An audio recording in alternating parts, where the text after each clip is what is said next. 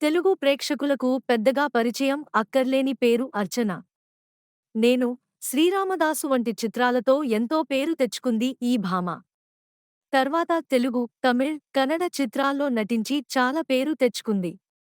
ఎప్పుడు మళ్ళీ చాలా గ్యాప్ తర్వాత one of the lead role నటిస్తున్న చిత్రం Karmasthalam. Mythological based fantasy movie వస్తోంది. మహిషాసురమర్దిని కాన్సెప్ట్తో తెరకెక్కిన చిత్రమిది. ఇటువంటి అద్భుతమైన సినిమాలో నటించడం నాకు చాలా సంతృప్తిని ఇచ్చింది అని హీరోయిన్ అర్చన అన్నారు. ఇంత మంచి సబ్జెక్ట్ని, కర్మస్థలం వంటి అద్భుతమైన టైటిల్తో సినిమాను తెరకెక్కించిన రాకీ గారికి థాంక్స్. కథను చెప్పేందుకు వచ్చినప్పుడు రాకీని చూసి కొత్తవాడు కదా ఎలా తీస్తారో అని అనుకున్నాను. కానీ కథను అద్భుతంగా నెరేట్ చేశారు. దర్శకుడు రాకీ శర్మన్ మాట్లాడుతూ, కర్మస్థలం సినిమాకి మేం అంతా ప్రాణం పెట్టి, ఎంతో ఇష్టంతో పనిచేశాం.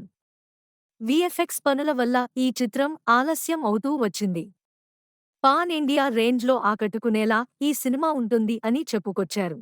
కర్మస్థలం ఫస్ట్ లుక్ పోస్టర్, ఆ పోస్టర్ డిజైన్ ప్రేక్షకులను ఆకట్టుకునేలా ఉంది. బ్యాక్ గ్రౌండ్లోని అమ్మవారి షాడో థియేటర్లలో పూనకాలు తెప్పించే స్థాయిలో ఉంది. ఈ ఫస్ట్ లుక్ పోస్టర్ సినిమా